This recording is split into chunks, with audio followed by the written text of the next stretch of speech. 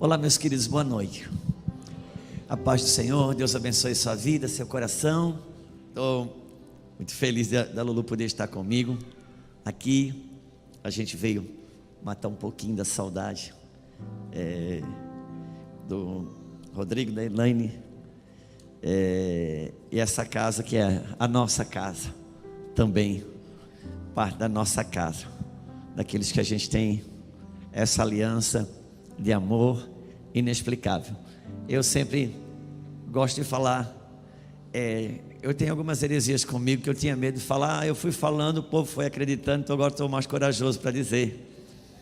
Mas eu tenho algumas coisas que eu acredito dessa forma, e às vezes a gente não encontra muito fundamento bíblico para apoiar algumas coisas, porque elas são um pouco nóia mesmo, é um pouco doideira. Então por isso que é muito bom quando você encontra alguém para descobrir que você não está doido sozinho, não é verdade?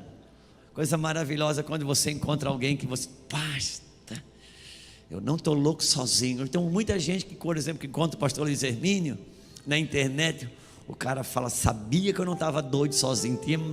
Tem gente mais maluco que eu ainda. Mas eu acredito que tem pessoas que no espírito elas já se conhecem, mas a seu tempo Deus apresenta, e você sabe. Você sabe. E às vezes você não consegue provar muito isso na Bíblia, mas o fato é que quando Jesus entrou no Rio Jordão e foi até João Batista, um dia no Espírito ele já tinha tremido no ventre e se apresentado. Então eles tinham uma conexão já. E você sabe quando você encontra alguém que você tem aquela percepção, que você acha essa pessoa dentro do seu espírito, e a gente vive isso com a casa do Medina, e é muito interessante porque a amizade é uma coisa muito espiritual. A amizade é uma coisa muito espiritual. Por quê? Porque tem transferência.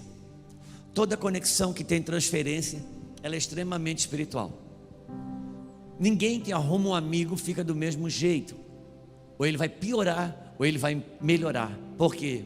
Porque a amizade tem transferência. A amizade tem transferência. E para nós é uma alegria cada vez que a gente pode dar uma escapada e vir até aqui. Principalmente vir com a Lulu. Achei que ia vir namorando no carro, mas ela veio dormindo um pedaço de tempo. E aí eu ponho um retrovisor assim, ó, fico só olhando e admirando, né? E dirigimos quase 4 horas para chegar aqui. Levantamos cedo, já pregamos hoje de manhã, e Jesus continua falando aos nossos corações. E que o Senhor fale ao seu, que o Espírito de Deus nos leve a lugares mais dentro dele, mais profundo nele. Tem uma coisa acontecendo, e que o céu está procurando promover nos nossos dias. Tem alguns anúncios que o Senhor já tem feito de um certo tempo, e parece que a gente não tem grandes problemas de nos relacionarmos com as promessas de Deus. Nosso maior problema, me parece ser, de quando o tempo da promessa ser cumprida chega, a gente não está preparado para ela. Parece que a gente consegue se relacionar bem com as promessas de Deus, mas a gente não consegue se relacionar com o cumprimento, com o encaixe dela. Por quê? Porque na maioria das vezes a gente não se prepara para elas. O que faz a gente crer nas promessas de Deus não é o glória a Deus e aleluia que a gente dá quando o pregador fala sobre a promessa, é o quanto que a gente se prepara para ela. Sabe? Sabe aquele ditado que a gente fala, olha meu irmão, se eu falar que vai chover, pode preparar o guarda-chuva. É mais ou menos isso. Deus falou para Noé, vai chover. Ele creu na palavra, ele foi preparar a arca. Quem se prepara, quem crê nas promessas, se prepara para ela. Nem todo mundo creu na pregação de João Batista. Não foram todos. Todos aqueles que acreditaram na pregação de João Batista, quando chegou o Messias, eles reconheceram o Messias. Quem não creu na pregação de João Batista, quando o Messias chegou, eles não creram. Eles não estavam prontos para aquele momento. O que faz eu e você abraçarmos, entrarmos no cumprimento das palavras de Deus, é o quanto que a gente minimamente se prepara para ela. Por quê? Porque quando ela chega, ela precisa encontrar um recipiente minimamente preparado. E eu percebo que o Senhor já vem nos avisando, nos falando tempo sobre mexidas, sobre transição, sobre deslocamento. E pela bondade do Senhor, eu venho falando disso há mais tempo. Por quê? Porque tem coisas que eu descobri, não que eu as conheço com profundidade, não que eu tenha, como diz o apóstolo Paulo, não que eu já tenha alcançado, mas algumas coisas me movem muito. E descobri, por exemplo, sobre os deslocamentos de Deus. Quando um homem e uma mulher, ele é chamado para viver em movimento, para crescer com Deus, se desenvolver com Deus. Um Deus que ele não muda, mas ele se move. Ele não muda, mas ele não é estático. Você já viu no livro de Ezequiel o trono de Deus cheio de rodas? Você acha que aquilo ali está ali para quê? Para dar inspiração para filme futurístico? Não. Que Deus está dizendo que Ele é um Deus de movimento. Quando Ele arranca o povo do Egito, antes de entregar uma terra, Ele chama aquele povo de nômade, um povo que transitava, a nuvem andava, o tabernáculo era desarmado. Tudo isso é um discipulado de um Deus que está dizendo: eu não quero só habitar em você, eu quero andar com você, eu quero progredir com você, eu quero crescer com você, eu quero que você viva aquilo que a Bíblia fala sobre novidade de vida. O que é uma novidade de vida? É você concluir o ciclo e você entrar em novas etapas, em novas estações, experimentar realidades novas.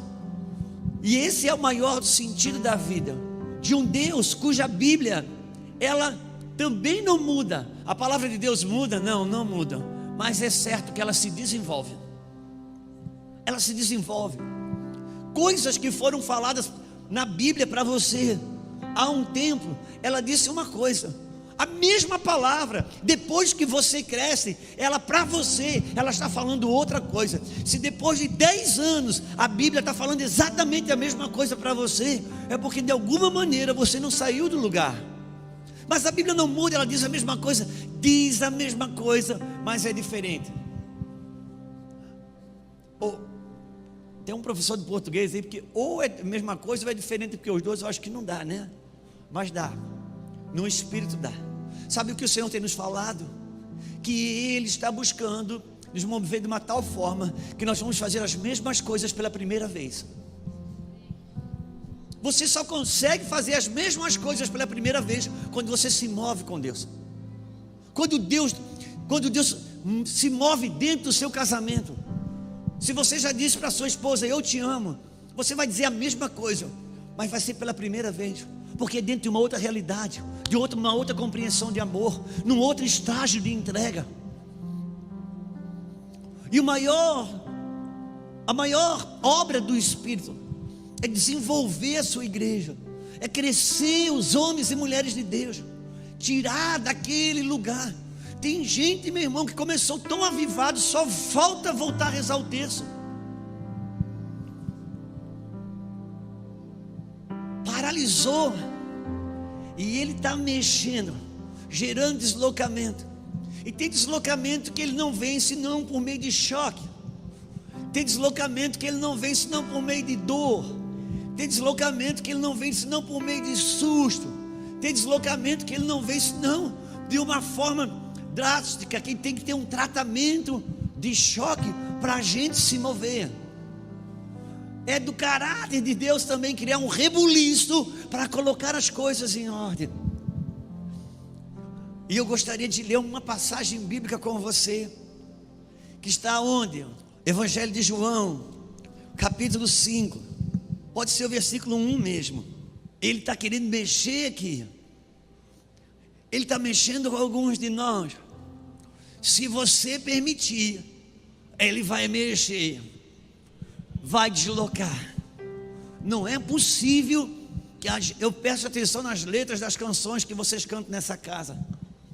São altas, são fortes. Cantar as canções e depois não dar uma resposta para ela, olha, melhor não cantar. Se você não canta, se você não crê quando você canta, Deus crê quando escuta.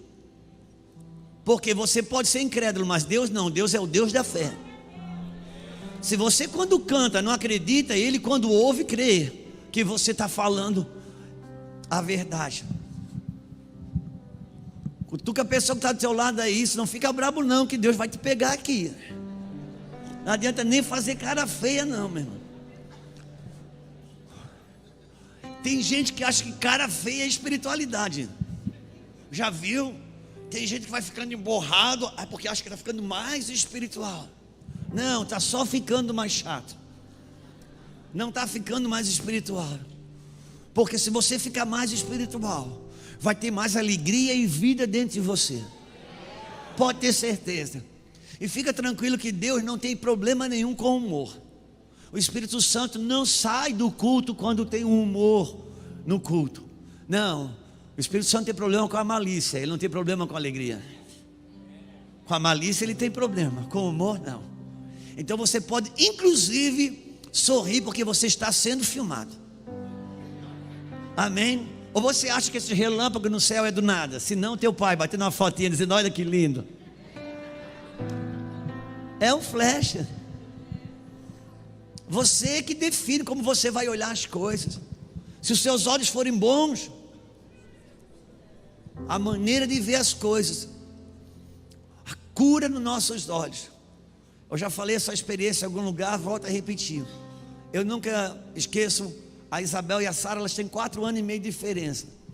E a Isabel, ela já, eu não sei, eu acho que já tinha alguma coisa na mamadeira dela, que ela já, eu nem sei o dia que ela aprendeu a ler e escrever, porque quando a gente viu, ela já estava lendo, escrevendo.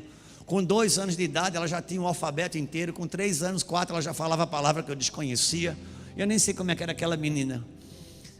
Mas depois veio a Sara. No 2º ano na escola, ainda não sabia nem ler nem escrever. Passei um trabalhão com a Sara. Depois de trocentos anos que eu fui saber que ela era dislexa, porque nem sabia que existia isso, eu ensinava. E a Sara falava tudo ao contrário, por causa da dislexia. Eu nem sabia que existia isso. A Sara não diz para o ímpar, ela diz empapar. Ela dizia ao contrário. Quem já ouviu aquela expressão, quando você tem uma coisa assertiva, aquilo ali é batata, não tem erro. Quem já ouviu isso? Pasme, a Sara dizia, pai, isso aqui foi pepino, pai. Eu digo, pepino, filho. Diante de Deus, a Sara sempre tinha as palavras trocadas. E a Isabel ia ensinar a Sara a escrever e a ler. E a Sara, língua portuguesa, a Sara disse, meu Deus, para escrever, né? Falar é bem mais fácil, né, Bel? Aí a Isabel quis ajudar a Sara, disse, não, Sara, é assim mesmo, fica tranquila, para o teu consolo, deixa a Isabel te falar uma coisa. A Isabel sempre muito cuidadosa com ela. Você sabia, Sara, que a língua portuguesa é uma das mais difíceis do mundo? E a Sara falou, que bom, Bel. Isabel olhou, que bom, como assim? Que bom, Bel, a mais difícil nós já sabemos. Depende de como você olha as coisas, porque se os teus olhos forem bons, todo o seu corpo será bom. As coisas do lado de fora podem não mudar, mas você pode mudar a maneira de ver as coisas que você está vendo. Porque como você vê as coisas define como você está aqui dentro. Às vezes o lado de fora não muda.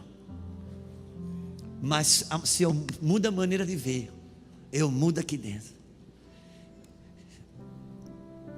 Capítulo 5 de João, versículo 1. Obrigado, Senhor, por essa noite na Tua presença. Obrigado pelo Teu santo, poderoso e glorioso Espírito. Obrigado pela Tua bondade sobre nós. Eu oro, Senhor, eu oro para que o Senhor venha com aquela graça, aquele favor, que nunca, jamais alguém conseguiu explicar. Eu oro para que a tua mão venha com aquela abundância de bondade, e que nada e nem ninguém tenha nesse lugar a ousadia de roubar a tua glória, Senhor. Algum tempo mais tarde, Jesus subiu a Jerusalém para assistir uma festa dos judeus. Ora, existe em Jerusalém, próximo à porta da ovelha, um tanque chamado, em hebraico, Betesda, o qual tem 5 pavilhões. Betesda quer dizer tanque de misericórdia, ou águas de misericórdia. Neste tanque costumava ficar uma grande multidão de enfermos, cegos, coxos e paralíticos. Eles esperavam o movimento das águas. De tempo em tempo, um anjo descia e agitava as águas, e o primeiro que entrasse no tanque, depois do movimento da água, sarava de qualquer doença que tivesse. Estava ali, inválido, havia um homem há 38 anos. Jesus, vendo-o deitado, sabendo que estava nesse estado havia muito tempo, disse-lhe: queres ser curado? Respondeu-lhe o enfermo: Senhor, eu não tenho ninguém que me ponha no tanque quando a água é agitada. Enquanto estou tentando entrar, desce outro antes de mim. Então lhe disse Jesus: levanta-te, pega a tua esteira e anda. Imediatamente um homem foi curado, pegou a sua esteira e pôs-se a andar. Eu gosto dessa tradução que diz assim: imediatamente um homem se viu curado. Tomando o leito, pôs-se a andar. Aquele dia era dia de sábado. Meus irmãos, se você me permite, eu gostaria de colocar um pouquinho na mesa algumas coisas das quais nós já viemos falando, desde a abertura ou o início da pandemia que aconteceu. Você sabe, nós vamos fechar 3 anos dessa data. Eu lembro que foi entre o dia 17 a 20 que começou os fechar aqui, fechar ali, fechar acolá. E eu tenho para mim, dentro do meu espírito, que a pandemia, ela entregou para a face da terra um portal de 3 anos, onde Deus está se movendo de uma maneira muito peculiar, não comum à nossa forma de pensar, de ver, aos nossos costumes. E me parece que é um portal de 3 anos, aonde eu e você temos uma abertura, uma espécie de poder fazer um upgrade da nossa vida, entrar em alguns lugares em Deus. Um portal de aceleração aconteceu nesse período. E eu lembro que eu estava ministrando um retiro para pastores, que era começou numa terça, começou numa segunda e ia até quinta.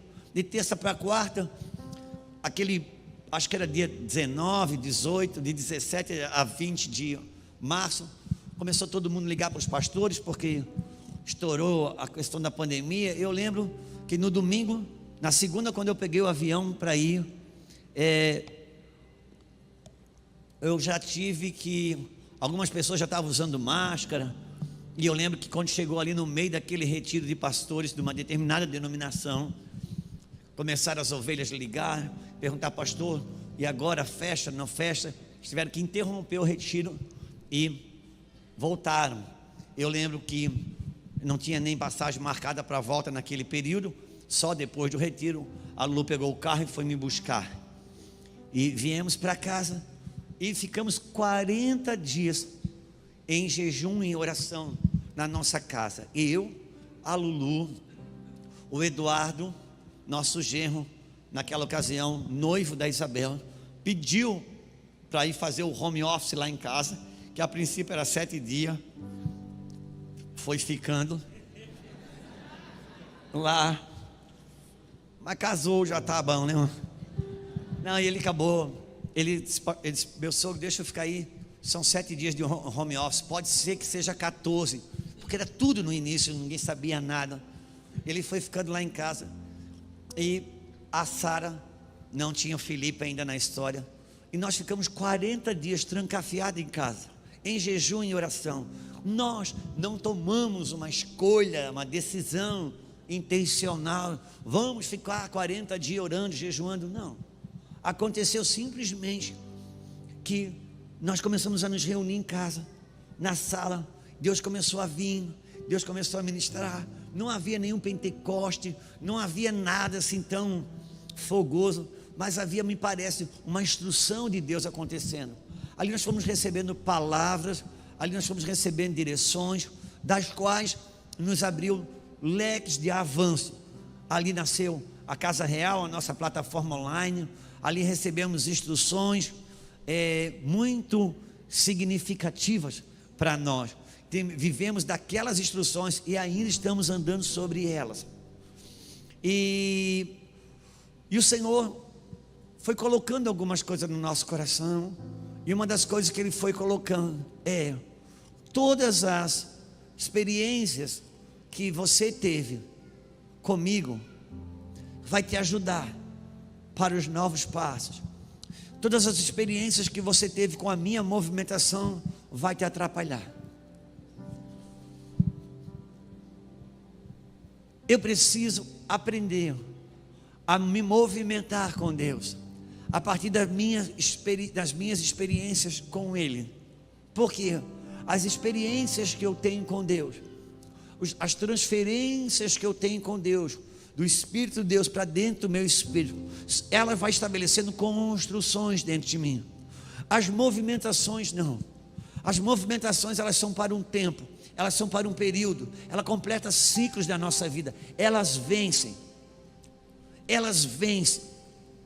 E para nós, eu já falei isso aqui mesmo nessa casa várias vezes, nós não temos muito problema se nós formos chamados a largar as coisas do diabo para pegar as coisas de Deus.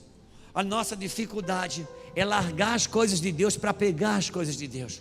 É se mover com Deus, é andar no novo de Deus, andar no frescor de Deus, se manter online com Deus. Quando Deus propõe um deslocamento, quando Deus propõe uma mudança, quando Deus quer me introduzir numa nova jurisdição, Ele sempre vai trabalhar com uma coisa na minha vida que tem um nome. Alguém pode me perguntar qual o nome?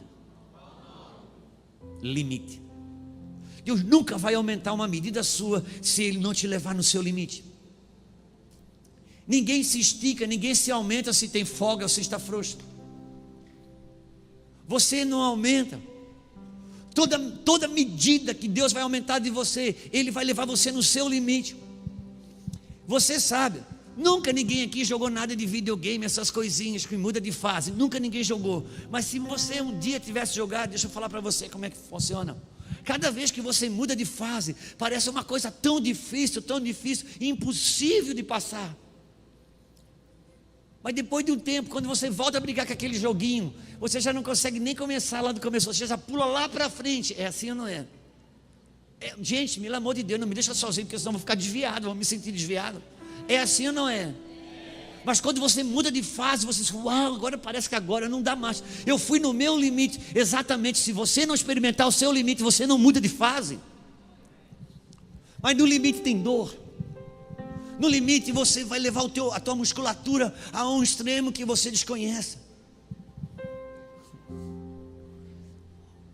E o atrofiamento da fé, o atrofiamento de uma vida com Deus, está aí. Deus não diria, o profeta Abacuque fala: Senhor, aviva a tua obra no meio dos anos. Por quê? Porque a obra no meio dos anos, ela pode paralisar.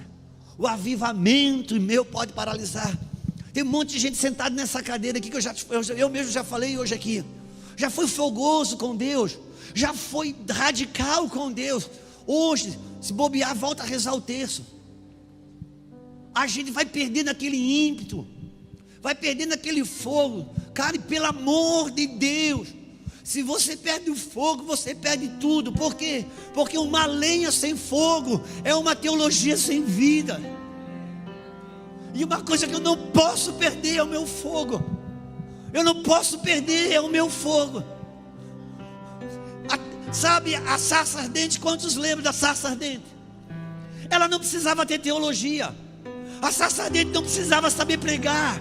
A sarça ardente não precisava de esboço. Ela só precisava queimar. Porque aonde um homem e uma mulher de Deus queimam, Deus fala por meio dele. Talvez não venha com a melhor teologia, não venha com a melhor escatologia, mas é algo que bate e traz vida, algo que mexe com a gente. E essa passagem aqui é tão conhecida. Você já ouviu ela falar, você já ouviu pregar. Não, mesmo quem prega sobre essa passagem não corre muito distante do que eu vou falar e do que eu vou dizer. Mas nós estamos aqui para pregar coisas novas.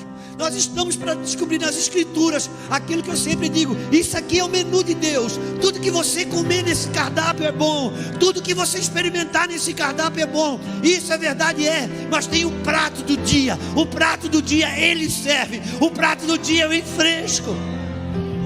Qual é o nosso maior empenho? É descobrir, Senhor, no teu menu, qual é o prato que o Senhor quer servir hoje.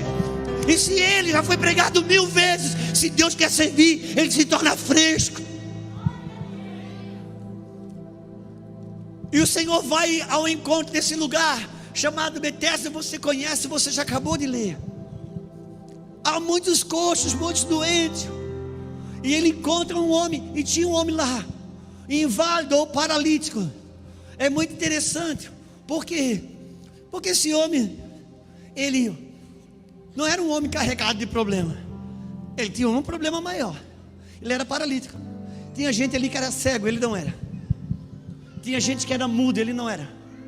Tinha gente ali surdo, ele não era. Tinha gente ali que estava, sei lá, com outro tipo de doença. Não era o caso dele. Só que a Bíblia deixa muito claro que parece que tinha uma certa história contada. Até hoje não sabemos o quanto que isso é legitimamente verdadeiro ou não, os pormenores disso. Parece que existem alguns manuscritos que não há essa colocação, e outros parece que há. Como eu não sou muito ligado assim no mundo da teologia, não posso afirmar. Vou só ficar com essa consideração que está aqui.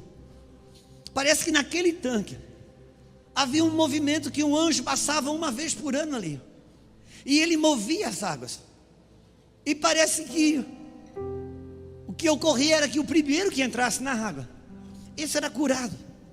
E aquele homem ali sendo paralítico, é óbvio que ele não ia ser curado nunca, dependendo disso. Por quê? Porque o mudo que estava ali, o surdo que estava ali, o tuberculoso, qualquer pessoa ia estar em vantagem com relação ao paralítico.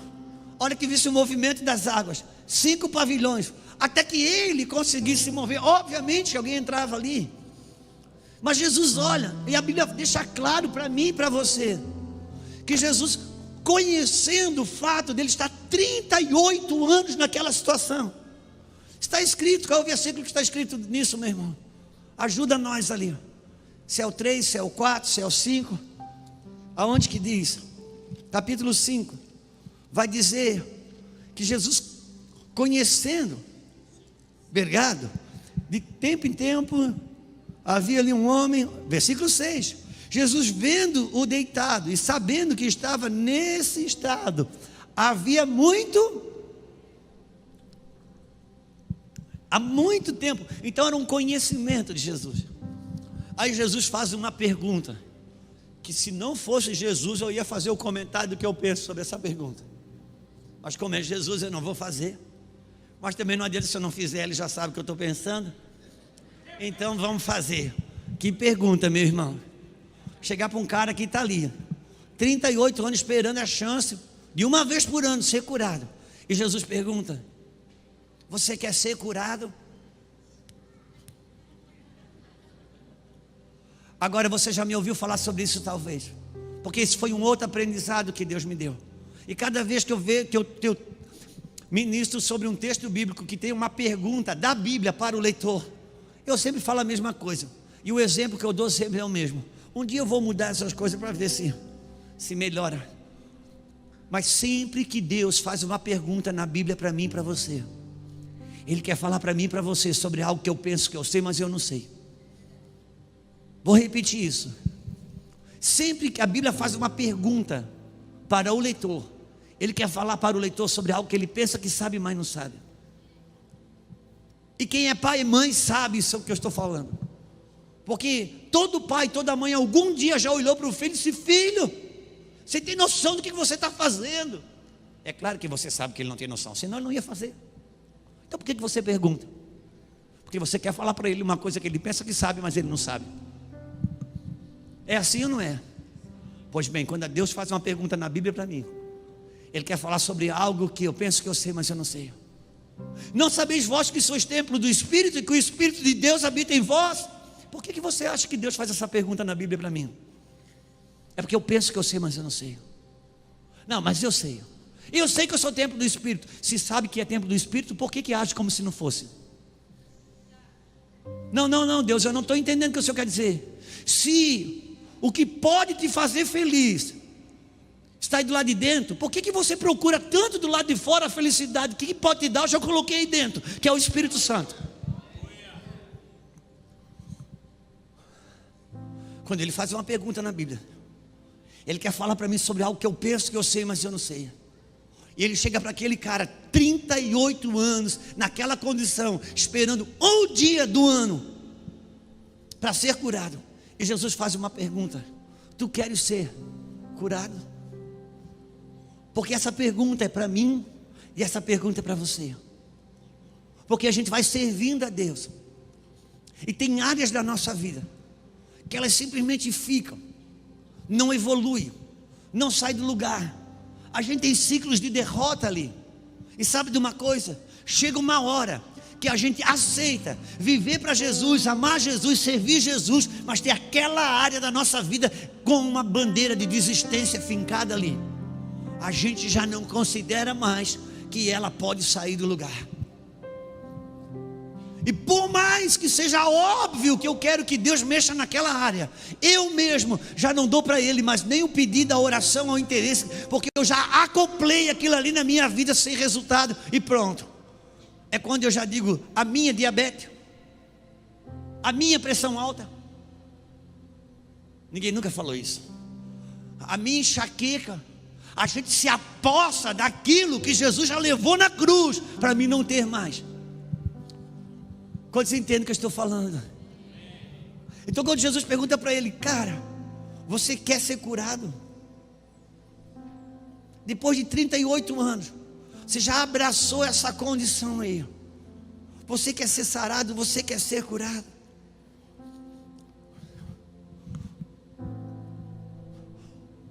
A pior de todas as prisões é aquela cuja gente já não sente mais o peso das algemas. Eu vou repetir isso. A pior de todas as cadeias é não sentir mais o peso da algema. É quando a gente já se acostuma com o peso da algema. Aquilo já não comunica mais para a gente uma prisão, já não comunica mais para a gente uma cadeia, já não comunica mais para a gente um bloqueio, já não comunica mais para a gente um problema a ser resolvido. A gente não tem mais aquilo, sabe? O cara está dormindo em casa, de repente aquela chuva terrível começa a pingar em cima da cama. Meu Deus, lá tem que se levantar.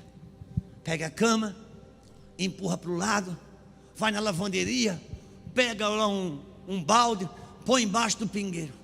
Não vê a hora do dia amanhecer para ir lá arrumar esse telhado para poder dormir correto de noite com a cama no lugar. Sabe o que acontece? Amanhece o dia ensolarado, já levanta cedo, já tem uma coisa para fazer, já vai, já corre, pronto. Chega a noite, não está chovendo, devolve o balde para a lavanderia, põe a cama para o lugar, dá uma semana, chuva de novo, pingueiro, meu Deus, vai lá, empurra a cama para o lado, põe o balde, não vê a hora do dia amanhecer para arrumar o telhado. No outro dia já levanta atrasado, corrido, e agora? Vem a noite, só que essa noite já está chovendo, mas ainda não está pingando, a chuva está meia fraca. Já deixa a cama de lado, o balde já fica no quarto, porque se chover, quantos entendem o que estamos falando? Pronto, depois de um tempo, já faz parte da mobília do quarto, o balde, a cama fora do lugar, porque aquilo não comunica mais uma desordem para a gente. Lá um dia, dá uma namorada meia forçada, quebra o pé da cama. No desespero, vai lá, põe uma lata de leite ninho, põe um tijolo, aí aquela cama fica assim. Não vê o dia amanhecer para arrumar a cama. Vem o dia seguinte, não dá tempo de arrumar, você já sabe. Depois de 2 meses, aquela cama está daquele jeito. Se arrumar, não consegue mais nem dormir.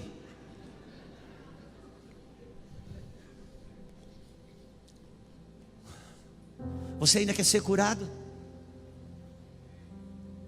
Quer ser curado ainda? Sabe que eu quero sair do lugar?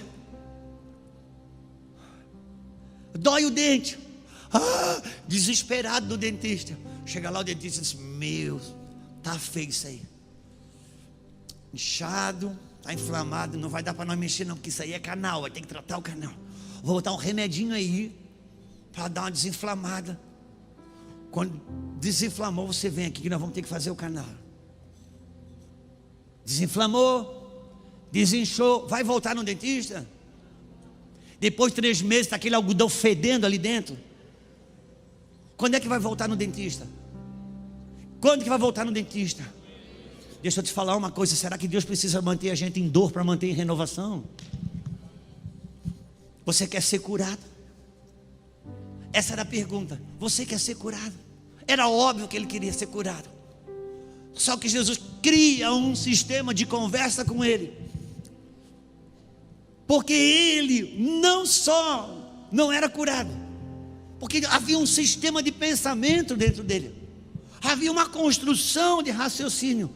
E Jesus faz uma pergunta: você quer ser curado? E ele não responde se quer ser curado. Ele quer explicar sobre a sua mazela. Ele quer explicar que não depende dele, que não tem a ver com ele. Por quê?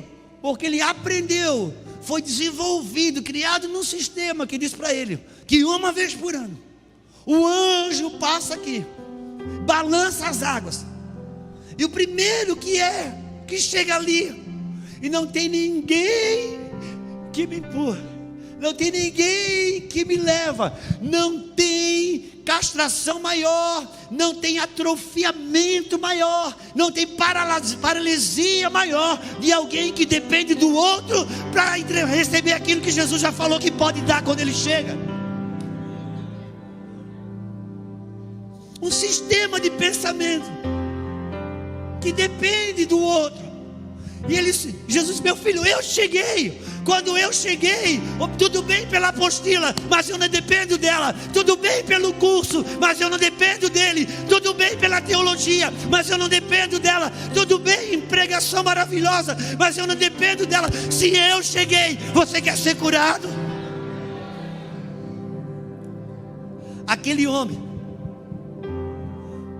simplesmente, ele tinha um desaprendizado de como receber cura.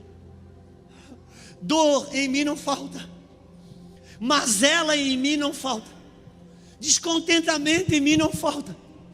Talvez me falte simplesmente aprender a receber de graça aquilo que eu construí, que precisa vir por meio de um cronograma. Quantos estão comigo?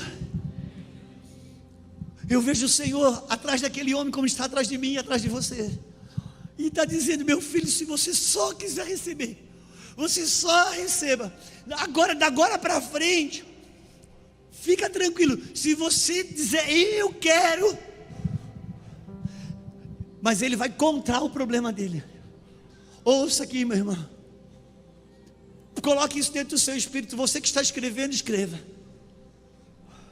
A minha dor e a sua dor, Deus, ele entende a minha dor, Deus consola a minha dor, mas ele não se une à minha dor, ele se une à minha cura. Se você está atrás de gente que se une à sua dor, você não tem cura. Deus entende a minha dor, vai consolar a minha dor, mas Ele se une à minha cura. E a minha cura está: você quer ser curado? Existe um período de tempo da minha vida que eu simplesmente acomodo algumas áreas dela. Só que o Senhor vem gritando, por 3 anos Ele vem gritando: eu estou movimentando as águas dentro do meu povo, eu estou promovendo novas jurisdições, eu estou promovendo novos movimentos. Não vai funcionar mais tanto como você imagina, deixa eu entrar de uma maneira sobrenatural. Ele simplesmente está atrás de mim e de você, para tocar, nada mais nada menos que tocar e trazer cura. Por isso, de alguma maneira, a dor, ela colabora para isso. Sabe, quem já ouviu aqui João capítulo 8, versículo 32, eu acho que é isso. Alguém pode botar lá? Depois nós vamos comer um x-salada junto, uma Coca-Cola. Aleluia, Coca-Cola é do mal, né? Não, Coca-Cola, irmão, Coca-Cola é do mal. Quente, gelada. Não, eu não tomo não, fica tranquilo. Era só para não perder a piadinha. Conhecereis a verdade vos... Volta o versículo 31, por favor. Disse, pois, Jesus aos judeus que haviam crido nele. Falou para quem havia crido. Falou para quem havia... Uau! Se vós permanecerdes na minha palavra, sois verdadeiramente meus discípulos, conhecereis a verdade. Mas isso ele falou para os judeus que... Uau! Esse é o versículo talvez chave, porque é o texto da minha conversão. Disse Jesus aos judeus que creram: se permanecerdes na minha palavra, não é se visita, não é se flerta, não é se usa a caixinha da promessa só para beliscar uma azeitona, um queijinho, não. É para você permanecer nela. Sereis verdadeiramente meus discípulos, conhecereis a verdade e a verdade vos... Mas isso ele falou só para quem creu. Porque no versículo 31, no 30, vai dizer o seguinte: visto estas coisas, muitos creram nele. Que coisas são essas? Do versículo 1, volta lá o 30, obrigado. Do versículo 1 ao 29, Jesus falou muitas coisas. E João está escrevendo. E agora no versículo 30 ele diz: dito Jesus essas coisas, muitos... Versículo 31, disse Jesus, pois, aos judeus que creram. Ou seja, agora só vai falar com quem creu. Até o versículo 29 ele falou com você, com o ateu, com o teu vizinho, com quem creu. Agora não, agora ele se volta só para quem acreditou. E ele disse: se você permanecer na minha palavra, você vai ser meu discípulo, conhecereis a verdade e a verdade vos... Uau! O que eu aprendo com isso? Que a salvação é para o ímpio, a libertação é para o crente. Porque só pode ser liberto quem já foi salvo. Quem não foi salvo não pode ser liberto. Mas uma vez salvo, vai precisar ser liberto. Por quê? Porque eu posso sair do Egito, viver fora do Egito com uma mentalidade de escravo. Mas eu não vou entrar em Canaã se não tiver uma mentalidade de governo. Então veio o deserto, para quê? Para arrancar de mim a minha mentalidade de escravo. Porque quem entrou em Canaã não foi quem venceu o Egito, quem entrou em Canaã foi quem venceu o deserto. Porque o deserto trabalha com... ele apresenta os meus limites. O deserto traz para fora tudo que eu tenho de bom e tudo que eu tenho de ruim. É Deus me dando a me conhecer. Por isso eu levei vocês ao deserto para dar a conhecer o que estava no vosso coração. E tem a tradução, a maioria da Bíblia em português vai dizer: eu te levei para o deserto para te humilhar e para saber o que estava no teu coração. Só que essa forma traduzida, ela ficou muito estranha. Na tradução da língua inglesa vai dizer assim: eu te levei para o deserto para te fazer humilde, para saber o que estava no teu coração. Parece que assim na nossa língua, em tradução nossa, parece que Deus levou a gente para lá para, tipo assim, vou te humilhar, vou acabar com você. Não é. É porque o deserto tem um poder de trazer para fora. Quando eu chego no meu limite, entenda, ponha isso dentro do teu espírito. para Deus aumentar uma medida de segurança em mim, Ele vai ter que destapar uma medida de insegurança que eu não conheço.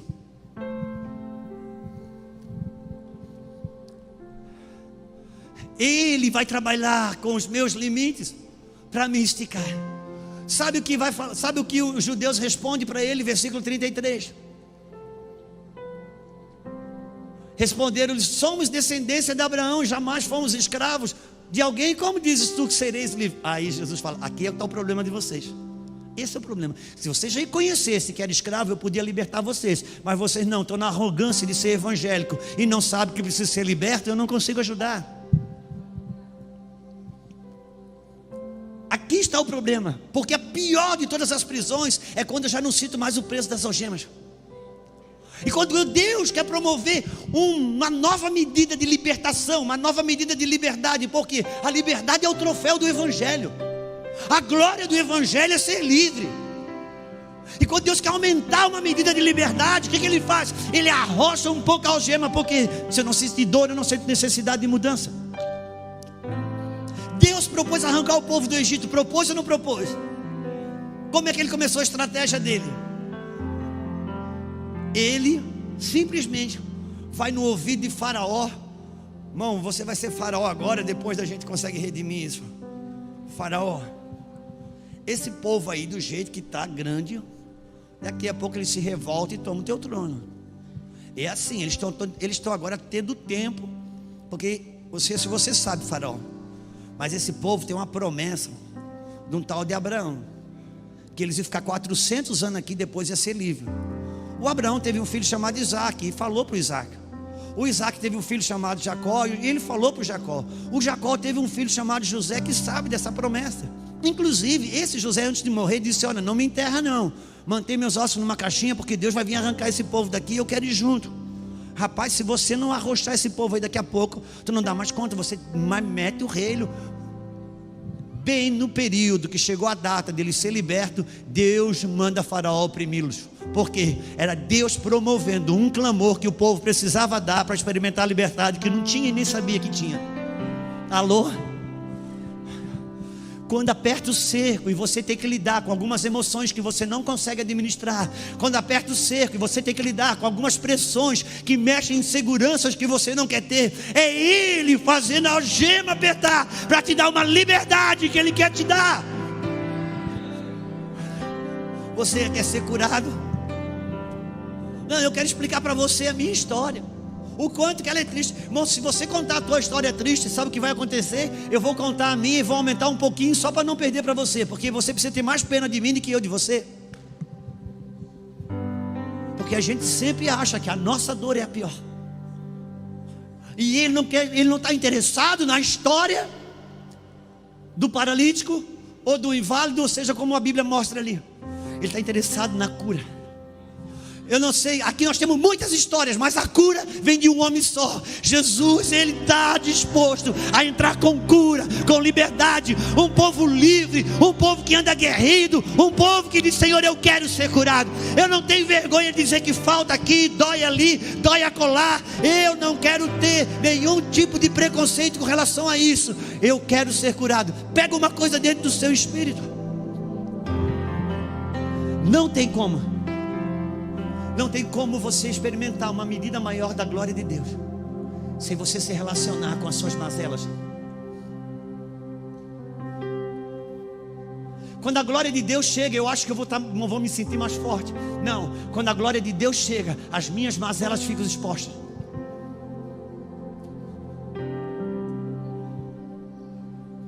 Meu pastor gosta de falar sobre isso. Isaías capítulo 1, capítulo 2, capítulo 3, capítulo 4, capítulo 5, Isaías profetizando: ai de ti Edom, ai de ti Moabe, ai de ti. Capítulo 6, ele vê a glória do Senhor e diz: ai de mim, porque eu sou um homem de lábios impuros. Pega isso dentro do seu espírito, minha filha. Quando Deus for aumentar uma medida de glória dele sobre a sua vida, você vai ter encontro com as suas mazelas. Mas sabe o que acontece? Quando você tem um encontro com as suas mazelas, você fica com medo, acha que está sendo reprovada, acha que está mais distante. E Ele está dizendo: não, eu estou mostrando as suas mazelas, porque eu quero que aumente a tua gratidão sobre a minha graça, e você entenda que não tem a ver com você, mas comigo, diz o Senhor. Mas quando eu me encontro com as minhas mazelas, eu penso que eu estou sendo reprovado, eu penso que eu estou recuando. E as mazelas que são expostas é para que eu entenda que jamais Ele está dizendo: meu filho, vê bem a tua mazela, mas vê bem o que eu quero te entregar, para que você nunca roube a minha glória. Sabe, depois de um tempo servindo a Deus, a gente acha que é a gente que faz as coisas. Aquele ali eu ganhei para Jesus, aquele ali eu libertei. Não, você não está entendendo. Você não fez foi nada. Você não dá conta nem da sua vida. Mas Ele está propondo cura. Um povo que dê a glória para Ele, simplesmente receba. Ah, como eu queria merecer as coisas que Deus tem me dado. Mas não dá. Não dá. Eu queria orar mais para justificar a unção que Ele me dá sobre a palavra. As pessoas dizem: pastor Juscelio, que Bíblia que você lê? Quanta revelação é essa? Eu vou para casa, eu quero orar e ler bastante a Bíblia, para a hora que a pessoa perguntar: que revelação, de onde é que vem isso? Eu queria que fosse porque eu oro bastante. Eu queria que fosse porque eu leio a Bíblia bastante. Não, eu não sei explicar. Sou um cara cheio de problemas, cheio de medo, cheio de noia, mas quando eu abro a boca, Deus vem. É Ele, porque dele, por Ele e para Ele são todas as coisas. Receba de graça esta bondade do Senhor. Deixa Ele entrar aí. Deixa Ele entrar aí. Agora Ele está mexendo conosco, está mexendo. Você já parou para pensar? Houve um tempo, meu irmão, que a gente sofria pela ignorância. Hoje não, a gente sofre por aquilo que sabe e não consegue dar uma resposta. Porque a gente consegue explicar o nome de Deus no hebraico, no mosaico, no arcaico, no aramaico, mas a gente já não consegue mais sentir o cheiro dele. Quantos estão comigo? Ah, Senhor, mas não, o anjo passa. Ah, você condicionou a sua mente.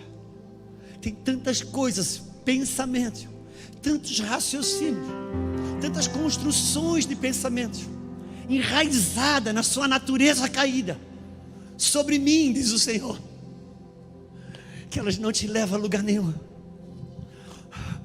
Deixa a simplicidade da bondade dele chegar e simplesmente tocar você.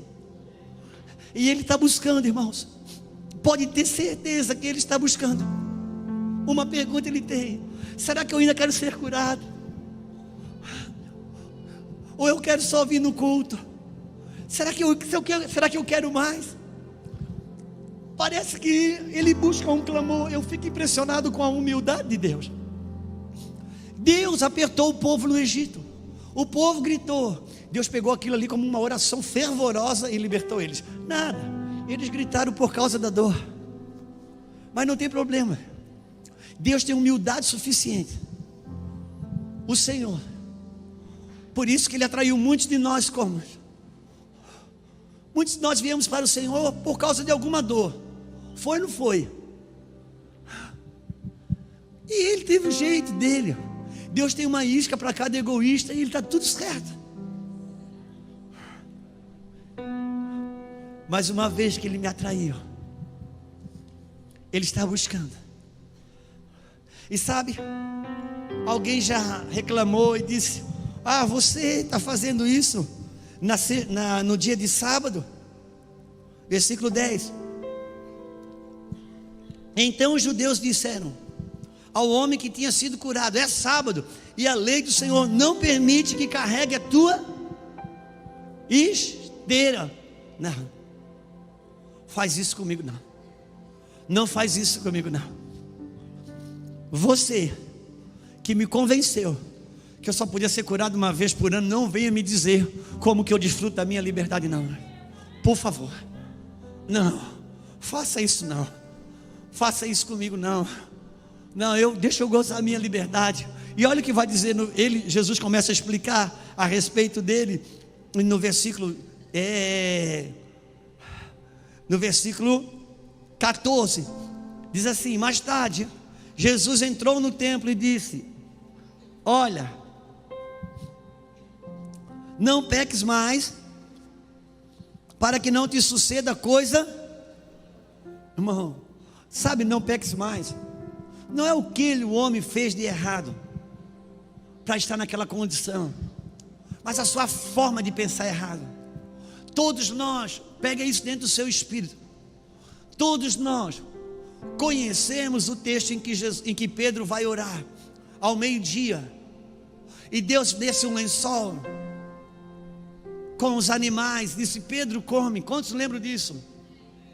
Tá bom, se tem 3, 4 que lembram, a gente já vamos continuar.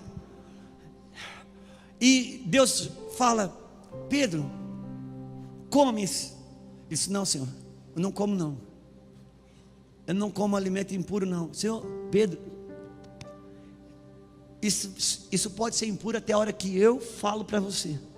Bom, eu preciso entender que Deus escreveu a Bíblia para mim, não para ele. Se ele está dizendo, ele escreveu para mim. Eu sempre gosto de usar esse exemplo que pai e mãe fazem em casa também. Você pode chegar para o seu filho, ele está toda hora lá. Cada vez que você abre a geladeira: cadê o iogurte que estava aqui? Já foi. Cadê o chocolate que eu botei aqui para comer depois do... Já foi. Filha, a partir de agora você não abre mais a geladeira. Você está proibido de abrir a geladeira. Tá certo? Tá certo.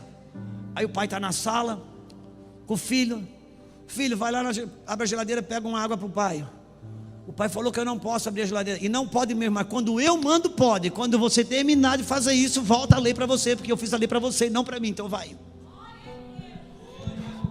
Deus, ele não está obrigado a fazer o que ele mandou eu fazer não, porque ele escreveu a Bíblia para mim, não foi para ele. E se ele disse come, come. Agora, Vitor, eu te pergunto, Pedro estava orando? Estava. O problema era a falta de oração? Não. O céu se abriu? Se abriu. O problema era a falta de céu aberto? Não. Então estava tudo pronto, mas a estrutura de pensamento de Pedro não conseguia fazer o céu descer na terra aquilo que o céu estava querendo. Quantos estão comigo? Oração não faltava, vida. Céu aberto também não faltava, mas estruturas de pensamento que não permite. Você quer ser curado? Talvez a gente vai ter que fazer um curso de aprender a ser curado. Por quê? Porque a cura já foi disponibilizada. A gente quer fazer campanha para Jesus curar. Talvez a gente vai fazer campanha para aprender a receber.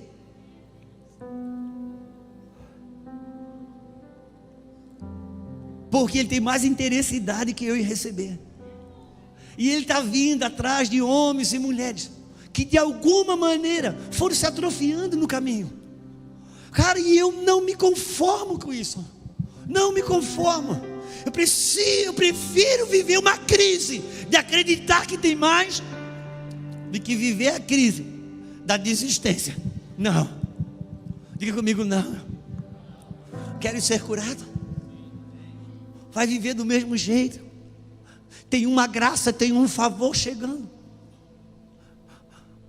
O problema de Pedro não era a falta de oração e nem céu aberto. Tinha céu aberto, mas uma estrutura de pensamento. Olha, irmãos, nós estamos vivendo tempos novos e difíceis, claro, tempos difíceis estão aí, mas ele tem dito: tem uma liberação da minha graça, tem uma glória sendo derramada. Talvez a gente vai precisar tentar interpretar a questão glória, porque glória para o mundo pentecostal é um histerismo. Não. Quantos lembram de Jesus no Getsemane? Amém, por você que disse amém. Vou falar só nós dois. No Getsemane, Jesus estava suando sangue. Um suar, uma pressão tão grande. Ele disse para os discípulos: vigie comigo. A pressão era tão grande que ele estava suando sangue. Você acha que era o diabo que estava pressionando ele? Não, o diabo ele já tinha vencido no deserto, você esqueceu? Era a glória de Deus pressionando ele. E a glória de Deus veio pressionar Jesus para uma morte, propondo uma ressurreição. A glória de Deus te pressiona. Você não diz aleluia, não, você diz aleluia. É uma pressão, porque a glória de Deus tem peso. Se o pecado tem peso, a glória de Deus também tem peso. E ela busca uma estrutura. Aí Pedro, ele fica aqui comigo. Ele volta lá e acha Pedro dormindo. Se Pedro, você não pode vigiar comigo nenhuma hora. Vigia, Pedro, e ora, para não cair em tentação, porque a carne é fraca, meu filho. O espírito está pronto. E ele volta, ora. E o que ele diz? Pai, se for possível, afasta de mim esse. Contudo, não se faça a minha. Debaixo do peso da glória de Deus. Você não guerreia com o prazer do pecado. Você não é tentado com o prazer do pecado. Você é tentado com a sua vontade. Debaixo do peso da glória de Deus. Você não é tentado pelo prazer do pecado. Você é tentado a fugir da cruz. Depois o diabo vem com a tentação do prazer do pecado. Por quê? Porque só tem um jeito de vencer pecado, e é na cruz. Quantos entendem o que estamos falando? E ele volta a segunda vez. Pedro, você dormiu de novo. Pedro, vigia e ora, para não cair em tentação. O teu espírito já está pronto, a carne é fraca. E quando ele volta a terceira vez, ele pega Pedro dormindo pela terceira vez. Só para nós dois aqui, meu irmão. Você acha que Pedro negou Jesus 3 vezes quando ele disse não conheço, ou quando ele dormiu as 3 vezes ali? Quando ele falou não conheço, era só um extrato de um sono que ele teve, porque ele não se preparou para receber a glória que promove uma morte que gera uma ressurreição. São só as medidas que estão sendo esticadas. Você guerreia com pressões. Deus te leva ao teu encontro com o teu limite, com a tua mazela, mas é para esticar, não é para você se sentir reprovado. E ainda que você durma, tem um salmo, onde é que é o salmo? Alguém sabe onde é que está na Bíblia? Acho que é salmo que diz assim: não dormitará o guarda de Israel. Salmo 100. Pelo amor de Deus, quem falou aqui, gente? Glória a Deus, domingo que vem você que prega. Põe para nós Salmo 121. Salmo 121. Põe para nós, por favor. Tem na Bíblia, bem procuradinho, você vai achar. Salmo 121. Vai dar certo? A moça saiu de lá. Está aí? Vamos lá. Aconteceu alguma coisa, minha irmã? Alguém sabe ler aí? Salmo 121, já está aí? Versículo 1, alguém pode ler? Eleva os olhos para o monte. Da onde? Eleva os olhos para o... Sabe o que muitos crentes, quando lê esse trecho, ele acha assim: elevo meus olhos para o alto. Não. Elevo meus olhos para o... Porque aqui não está dizendo que eleva os olhos aos céus. Eleva os olhos ao quê? Aos montes. Na Bíblia é lugar de impedimento. É lugar de algo que você parece ser intransponível. Se você tiver fé como um grão de mostarda, você vai arrancar e dizer para esse monte: sai daqui e vai para lá. Ele está falando de monte, que é aquilo que é intransponível. É aquilo que é o problema que você acha que não tem solução, não tem jeito. Ele diz: eu levo os meus olhos para os montes que parecem ser intransponível para mim. E eu pergunto: da onde virá o meu socorro? Viria da direita? Viria da esquerda? Cadê o versículo 2? Ele vai falar para você da onde que vem. Da onde que vem? O meu socorro vem da onde? Então não vai vir da direita, não vai vir da esquerda, não vai vir do STF, não vai vir da ONU. O meu socorro vem do Senhor. Homens e mulheres que voltem a ter o Senhor como o seu socorro, como a sua cura, como a sua esperança. Versículo 3 vai dizer assim: Ele não permitirá que os meus pés, porque não... Você pode dormir, mas Ele está dizendo: tem continuidade para você. Porque enquanto você, Pedro, dormia, eu, Senhor Jesus, permaneci acordado. Por isso, até agora, se você ainda dorme, tem como continuar, porque eu não durmo, porque não dormitará o guarda de Israel. Ele não vai permitir que os meus pés vacilem. E não permitir que os meus pés vacilem não sou eu não tropeçar, sou eu desistir de levantar. Levanta-te, pega a tua esteira. O que está te prendendo? O que está te prendendo? Levanta, pega a tua esteira.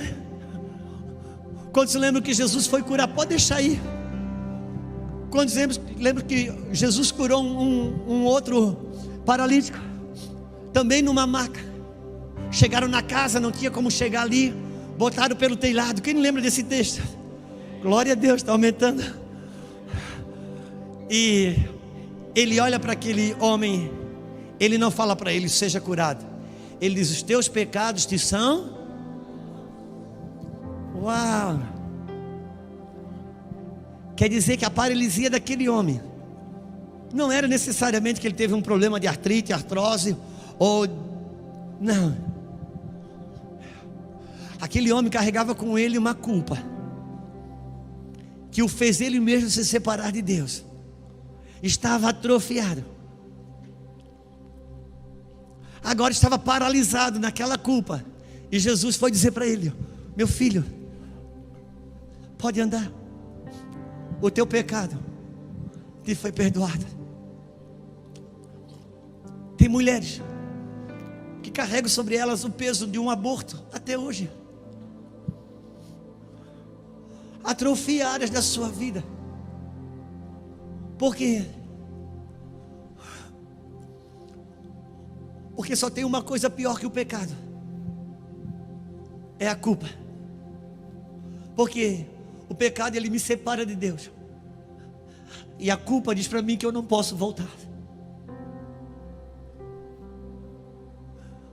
Quando o Senhor fala, meu filho, não peque, é porque eu não quero que você se separe de mim. Porque tão pesado quanto o pecado é a culpa, porque o pecado ele me separa de Deus, e a culpa diz para mim, você não pode voltar. Coisa danosa é a culpa, porque debaixo de culpa eu mesmo me saboto, eu mesmo não me permito desfrute, eu mesmo crio em mim um sistema de infelicidade, porque eu não me dou o direito de me alegrar, ser feliz, porque eu estabeleci que estou em condenação, porque culpa do pecado me faz sabotar a mim mesmo, rejeitar a graça. Mas ele pergunta, todo esse sistema diabólico transitando na sua mente, eu só tenho uma pergunta: quer ser curado? Você quer ser curado? Você quer ser curado? Quantas pessoas pararam? Diminuíram a velocidade do seu chamado, diminuíram a intensidade do seu ministério. Por quê? Porque tiveram experiências ruins na igreja, tiveram experiências doloridas na igreja, tiveram experiências com decepções na igreja. Quem aqui tem mais de 10 anos de servindo ao Senhor? Levanta a mão, por favor. Eu vou falar com você. Eu sei que isso serve para todos. Você já teve decepção na igreja? Você já teve traumas mesmo na igreja? Você já teve frustrações na igreja? Teve ou não teve? Mas você sabe, você já experimentou glória na igreja? Você já experimentou avivamento na igreja? Você já experimentou cura na igreja? Experimentou ou não experimentou? E por que você diminuiu o ritmo? Eu tenho uma pergunta para você. Suas decepções, frustrações, foi Deus que gerou ou foi homem que gerou? Foi homem que gerou. Agora as visitações de cura, de glória e poder, foi o homem que gerou ou foi Deus que gerou? Então por que você fica com o histórico daquilo que o homem fez e reduz, ao invés de ficar com o histórico que Deus fez e se levante para continuar? Por que a gente fica com o histórico daquilo que o homem fez? Por que a gente não fica com o histórico? Nem que a gente volta a lembrar quando Deus acendia o gravetinho no mato quando a gente ia orar. Eu quero trazer à memória o que me dá esperança. Porque homens machucam, ferem, decepcionam, frustram. E se não, o dia que isso para é o dia que você morre. Mas Deus já fez tantas coisas gloriosas. A gente já viu Deus fazer coisas tão gloriosas. Mas eu prefiro abraçar o histórico daquilo que o homem fez e me reduz, do que ficar com o histórico daquilo que Deus fez e me encoraja para continuar. Eu pergunto: você quer ser curado? Quer sair desse lugar de estagnação? Áreas da minha e da sua vida que ficam. E hoje a gente sabe muito mais do que já sabia um dia, não é verdade? Teve um tempo que a gente não sabia nada. Eu estava falando hoje de manhã, pastor, porque eu me converti na Renovação Carismática Católica. E eu fiquei lá 2 anos pregando o Evangelho. E o nosso grupo, que era da paróquia São Vicente de Paula, no bairro São Vicente, onde está o Mevan até hoje. Tem a paróquia lá. E o nosso grupo era chapado, era doido. O nosso grupo era doido. E o padre ficava endemoniado, que na missa dava 400 pessoas, no nosso grupo dava 1000, só cabia 700 na igreja, 300 ficava fora. E na Renovação Carismática, tudo que a gente aprende é orar em línguas. Então a gente ora o mais alto que dá, e aquele fervor, aquela doideira santa. Aí as imagens que não tem boca, não fala, que não tem ouvido e não ouve, pois é, elas estão do mesmo jeito. Mas eu estava chapado, eu estava avivado. Pior do que ter uma imagem que não fala é você que tem fôlego, não dá glória a Deus, não tem fogo, não tem aleluia, não tem motivação. Não, as imagens estão do mesmo jeito. Eu lembro que entrou um pastor lá que quis provar para mim que o Espírito Santo não descia lá, porque não ia descer com as imagens lá dentro. Eu disse para ele: olha, eu vou falar uma coisa para o senhor, as imagens nunca me incomodaram, o Senhor é que me atribula. E eu lembro quando nós tínhamos a reunião da comarca. Comarca é um campo de várias paróquias, as cidades circunvizinhas. E o padre, que era o coordenador geral da comarca, de nós ele só recebia reclamação do nosso padre. Nosso padre, imagina, fazia psicologia, teólogo, não entendia nada daquilo, dizia que a gente mexia com as emoções das pessoas. Nada contra a psicologia não, meu irmão, fica tranquilo. Mas a psicologia, pela psicologia, ela tem a sua fonte na árvore do conhecimento do bem e do mal. Se ela não tiver a Bíblia como base, ela não é uma ferramenta de edificação. Mas pois bem, na hora da reunião chegavam as equipes. Nós era sempre 5, 6 líderes de cada equipe para a reunião da comarca. Quando o nosso grupinho chegava, o padre dizia no microfone: os demônios do São Vicente chegaram. Sim. Aí na hora da reunião, elogiava aqui, elogiava. Tirando os demônios do São Vicente, a comarca está indo bem. Deixa eu te falar uma coisa. Naquela época, eu não sabia as coisas da Bíblia que eu sei hoje. Eu ainda estava rompendo com os dogmas católicos. Mas quando nós saíamos daquela reunião, você acha que nós dentro do carro parava para falar sobre que o padre chamou a gente de demônio? Não, a gente perguntava: amanhã nós vamos no hospital ou nós vamos no presídio? Amanhã nós vamos...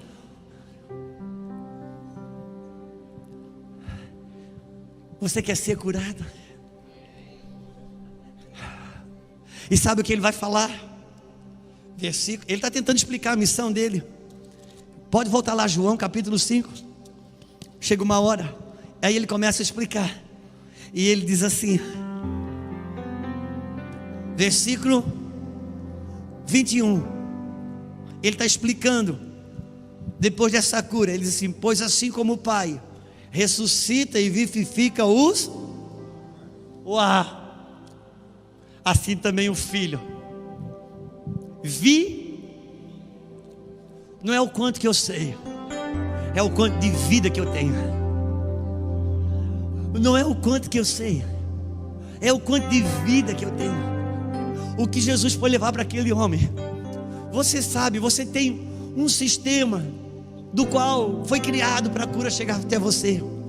Mas eu estou aqui, meu filho, eu quero trazer vida. Irmãos, entenda uma coisa: o Senhor quer trazer vida. E conhecereis a verdade vos... Mas isso passa pelos limites das minhas medidas. Vou conhecer emoções que eu não conhecia. Vou conhecer sentimentos que eu não conhecia. Vou conhecer vergonhas, medos. Ele começa a provocar. É uma espécie. Ele me leva ao extremo, ou ao estresse. Eu vou ter encontros com as minhas mazelas, quando a glória de Deus quer ocupar espaços em mim. E é nesta hora que eu escolho, porque aqui é um corte, eu vou encerrar. Se diante do aparecer das minhas mazelas eu me sinto reprovado e idolatro a minha dor, ou eu simplesmente começo a olhar e dizer: Senhor, obrigado. Diante de tudo isso, o Senhor me deu a glória da salvação e uma liberdade para viver. Aqui nesse lugar, quando eu sou fraco, é que eu sou forte. Nesse lugar, quando eu sou fraco, é que eu sou forte. Nesse lugar do vazio, você sabe, minha filha, o que eu estou falando? Aquele vazio que você não sabe de onde é que vem. É um vazio. Esse vazio parece horrível, mas é o lugar para ele. Sabe por quê? Ali a vaidade, nesse vazio, ela não tem oxigênio. Ali meu egoísmo não tem oxigênio. Vai morrendo tudo que parece precioso aos olhos dos homens. E ali ele pode criar o que é dele. Não despreze os vazios. Não despreze. É onde ele cria. No vazio ele não reforma. No vazio ele não restaura. No vazio ele cria. Quando você quiser reformar algo, se você for reformar esse tênis, vai ser a partir do tênis. Mas quando você vai criar um tênis, você parte do zero. Quando Deus deixa você conhecer um vazio, é porque Ele está criando algo novo. Ele não tem reforma, é algo novo que está sendo criado. Quantos estão comigo? Mas quando o vazio aparece, me assusta. Sabe o que eu faço? Eu corro para o celular, eu corro para qualquer coisa, porque o vazio denuncia a minha ansiedade e me denuncia que eu não sei ficar comigo sozinho e nem com Deus. E Ele está me devolvendo esses lugares que a Bíblia gosta de chamar de contemplação. O que seria uma contemplação? A palavra já diz, Vitor, contemplo. Contemplar é estar com o templo. A gente não sabe mais estar com o templo. Um minuto sozinho, a gente já vai para o celular e fica fora do templo. A gente já se conecta com alguma coisa e fica fora do templo. Contemplar é aprender a voltar aqui, ficar com Deus e eu. Sabe de uma coisa? Primeira coisa que acontece quando eu escolho ficar sozinho, só eu e Deus, eu começo a enxergar minhas mazelas. É horrível, sabe por quê? Eu meio que fico de mal comigo. É porque quando eu não estou ali, eu me vejo de outra forma. Só que eu preciso me resolver aqui dentro com essas coisas que eu sou de mal comigo. Sabe por quê? Pergunta por quê?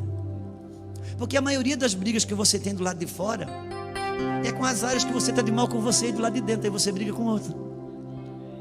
Se você ficar com Deus e se resolver aí dentro, você não tem problema de se relacionar do lado de fora. Porque se você estiver de bem com Deus e com você, depois você aprende a lidar com o problema do outro. Quantos estão comigo? Ele está nos trazendo para lugares de cura. Já não é mais o quanto que sabemos, mas é o quanto que deixamos Ele tocar nossas vidas. Você quer ser curado? Eu vou perguntar de novo. Você parece que você quer ser curada.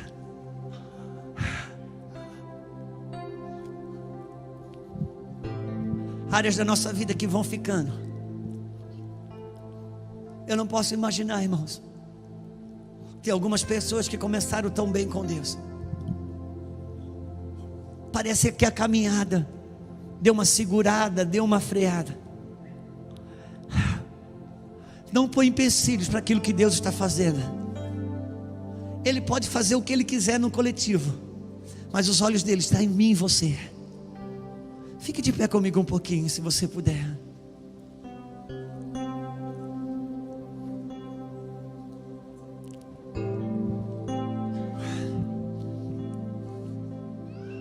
38 anos, talvez já acostumado. E o Senhor está bagunçando algumas áreas de alguns. Por quê? Porque Ele quer trazer uma mobilidade que já não existia mais.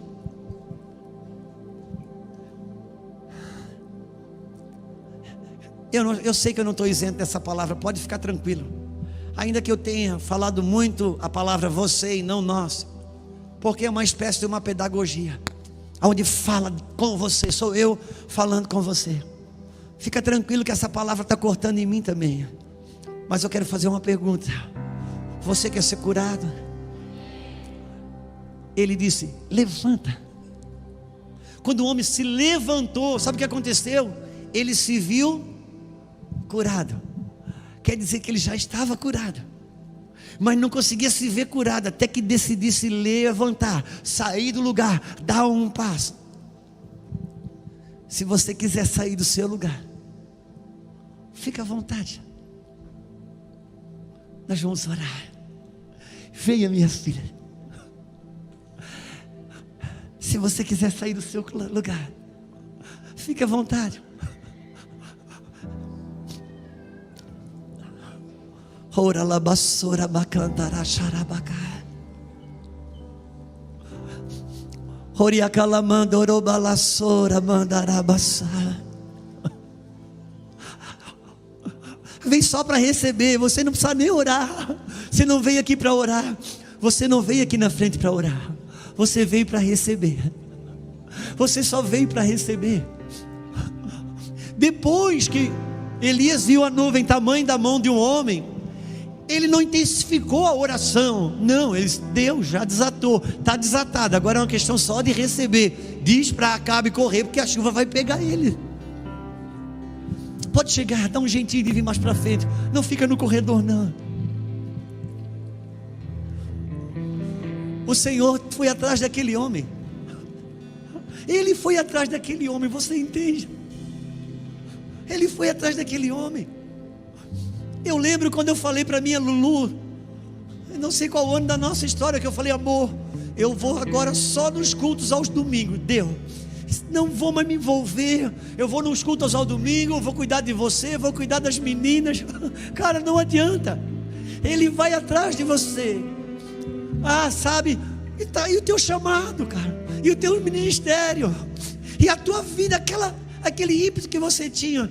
Ah, eu aprendi a descansar em Deus. Não, irmão, não chame de desistência. Não chame de descanso aquilo que é desistência. Uma coisa é descanso, outra coisa é desistência. Às vezes a gente chama a desistência de descanso para espiritualizar isso, mas não adianta. Ele vai vir destapar e vai dizer, você desistiu, você não está descansando. Você que está aqui na frente, entenda, não tem ninguém melhor que ninguém. Quem ficou, não tem como medir a fé de quem ficou e de quem veio. Não esquece isso. Mas deixa eu dizer algo. De alguma maneira você se levantou, de alguma maneira você deslocou, e isso de certa forma mostra, sabe o quê? Que você saiu da cadeira e você veio ao encontro aonde essa palavra foi lançada. Agora você que está prestando atenção, deixa eu explicar isso para vocês. Os outros vão acabar sabendo também, mas eu vou explicar para você. Quando Deus libera uma palavra, Ele não vem com a palavra, Ele não solta a palavra para vir aqui te abençoar. Não, Ele solta a palavra para vir aqui te pegar e te levar lá onde essa palavra nasceu, porque os recursos estão onde ela saiu e não onde ela chegou. Você entende? Por isso que a minha palavra é como a neve, diz o Senhor, que caindo na terra não volta vazia, sem cumprir o propósito. É Ele que vem te buscar e levar para lá.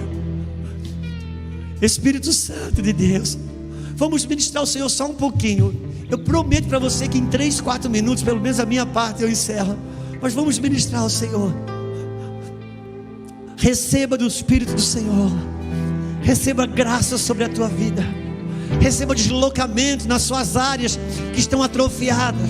Receba mobilidade aonde o seu espírito paralisou. Receba a renovação aonde as construções de pensamento enrijecida não permite que você se mova no espírito da renovação. Ora, Espírito Santo, Espírito Santo de Deus, Eu quero declarar no nome do Senhor a leveza de receber. Eu quero declarar sobre a sua vida, você que está na sua cadeira, você que está aqui na frente, o destravamento de todo bloqueio que te impede simplesmente de receber.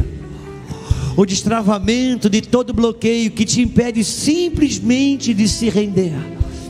Eu quero declarar no nome do Senhor Jesus que toda barreira de culpa, de justiça própria, todas as forças enraizadas na sua natureza caída, que são muros de impedimento para simplesmente receber, para simplesmente desfrutar, para simplesmente beber, sentar à mesa e comer, como filho, como amada, como amado. Eu quero declarar que esses impedimentos estão sendo removidos pelo poder do óleo do Espírito.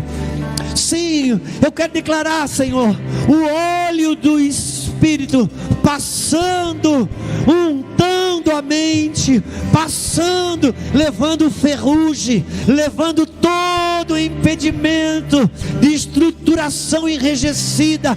Eu quero declarar sua mente com liberdade para simplesmente receber, sua mente com liberdade para simplesmente desfrutar, sua mente com liberdade para simplesmente ser amada, ser amado, ser abastecido, ser abastecida. Eu quero declarar uma leveza, uma facilidade para tão somente desfrutar, para descansar, receber, em nome do Senhor Jesus. Ora labassora macantarabassora mandarai, ora calabassora mandarabacai. Sim,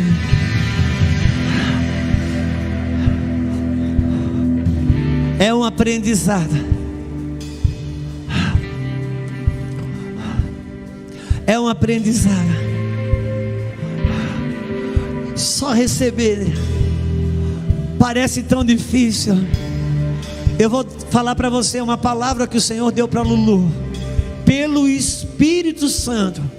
O Espírito Santo falou para mim. Cadê o Vitor? Vitor está aí ainda.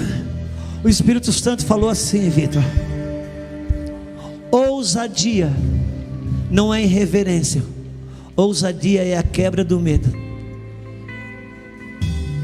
Porque ousadia e irreverência é uma linha muito fina. A ousadia não é irreverência, a ousadia não é desonra, a ousadia não é desrespeito, a ousadia é a quebra do medo. Quem aqui tem mais de um filho? Levante a mão rápido. Você tem mais de um filho, você sabe. Você tem um filho que recebe mais coisas de você do que o outro, e ele não é mais obediente, ele só é mais ousado e acredita mais no seu amor do que o outro. Isso não tributa louvor à desobediência, mas uma coisa que você gostaria que o mais obediente aprendesse é receber com tanta confiança e ousadia quanto o confiado recebe. Talvez não lhe falte obediência, mas ousadia para receber por aquela graça. Pai, em nome do Senhor Jesus, eu declaro essa noite uma chave virada na vida e na mente e no interior de muitos aqui. Sim, Pai, eu declaro, Senhor, na autoridade do nome do Teu Filho Jesus Cristo e pelo poder do Teu Espírito, barreiras de impedimento sendo removidas. Eu quero declarar que os Teus filhos e filhas, e eu me incluo nesse lugar, vamos receber aquilo que foi liberado gratuitamente no amado. E para isso, Senhor, diante disso nós Te damos todo louvor, toda a honra e toda a glória.